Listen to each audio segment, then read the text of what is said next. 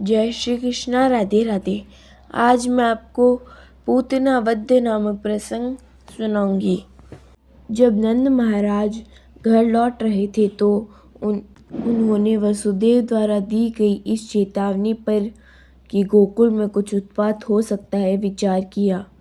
निश्चय ही यह सलाह मैत्रीपूर्ण थी और असत्य न थी। अतः नंद ने सोचा, इसमें अवश्य ही कुछ न कुछ सच्चाई है। अतः डर के मारे वे श्री भगवान की शरण लेने लगे।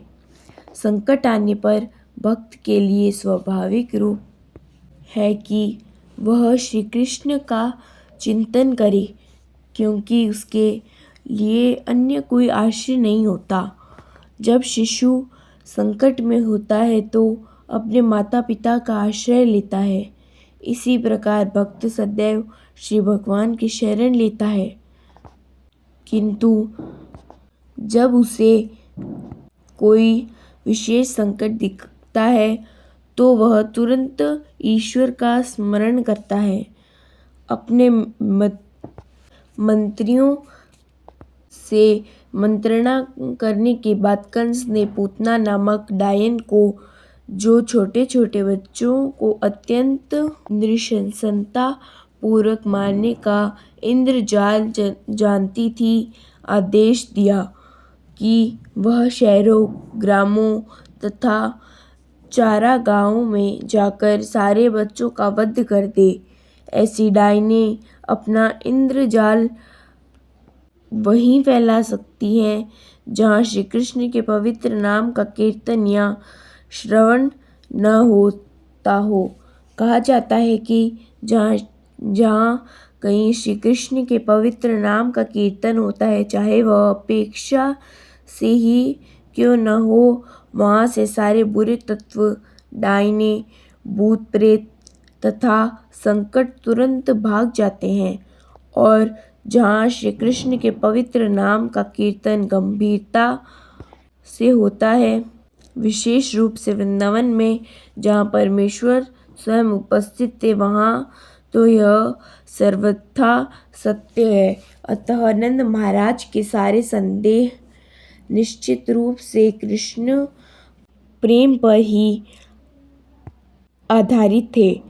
वास्तव में पूतना में शक्ति होते हुए भी उसकी गतिविधियों से कोई भय न था। ऐसी डायनें खेचरी कहलाती हैं, जिसका अर्थ वे आकाश में उड़ सकती हैं। इस तरह का इंद्रजाल आज भी कुछ स्त्रियों द्वारा भारत के दूरस्थ उत्तर पश्चिमी भाग में किया जाता है।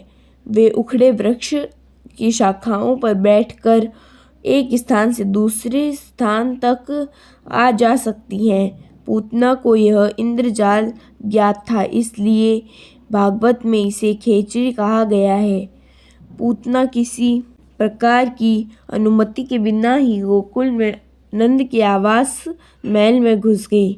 सुंदर वस्त्रों से आभूषित होकर वह परम सुंदरी के रूप में माता यशोदा के घर में गई। अपने उठे हुए नितंबों, उन्नत उरोजों, कान की बालियों तथा केश में लगे फूलों से वह अति सुंदर लग रही थी।